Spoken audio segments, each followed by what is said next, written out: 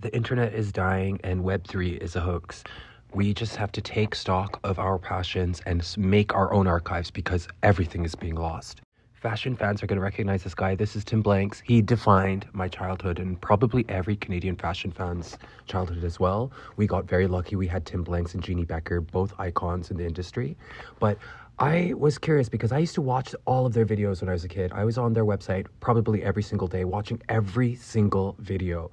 And now that website, that content is inaccessible. It's lost. So I did my due diligence and I contacted CBC to see if I could access the media on my own and share my research. This is the email I got. Pause to read, but I will read some of the key. We appreciate your interest in our archive programming. There are restrictions on archival productions due to estate issues, talent, and/or residual costs. Even in situations where the CBC actually produced some shows, there are extremely high costs in the processing of and retrieval of items at archival locations and rendering them in current formats.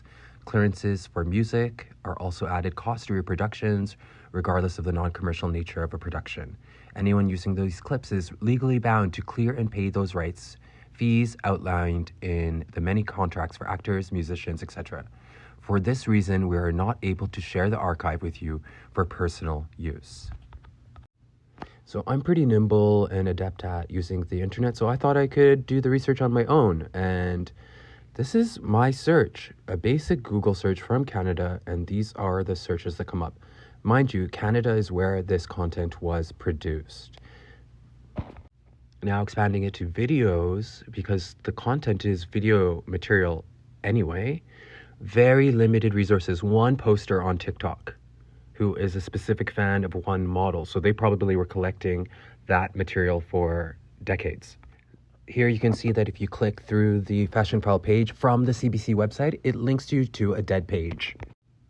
I've searched on Yandex, the Russian search engine as well, and using the CBC website alone, you can see that the only thing that registers is the profile on Tim Blanks, none of the material that he produced. So it makes me wonder who benefits from reducing access to content and material that is essential to our shared history. And I would say it would be corporations, anything that is publicly traded. They don't see us. They seek to just extract as many resources that they can and discard us. We are not people. Our passions are not real. They're resources to commodify.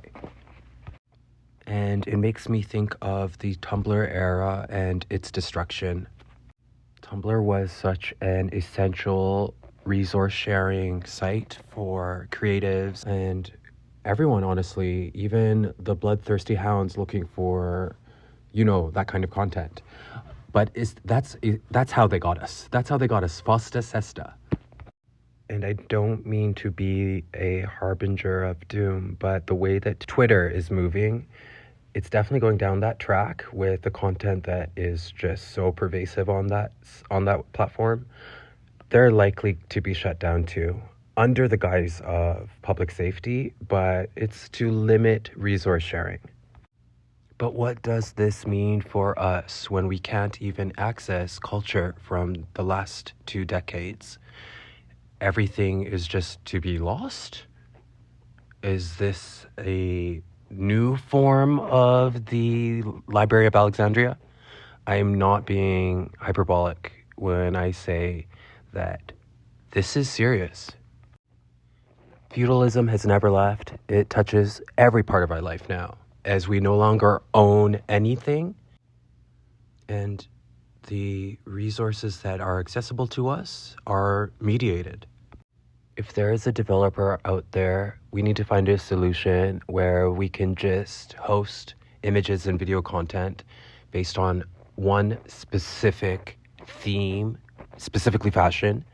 And if we isolate it in that way, maybe we can create our own archive. But that's just one solution that just comes to mind as I'm thinking now. But we really have to not only diagnose this problem, but seek solutions.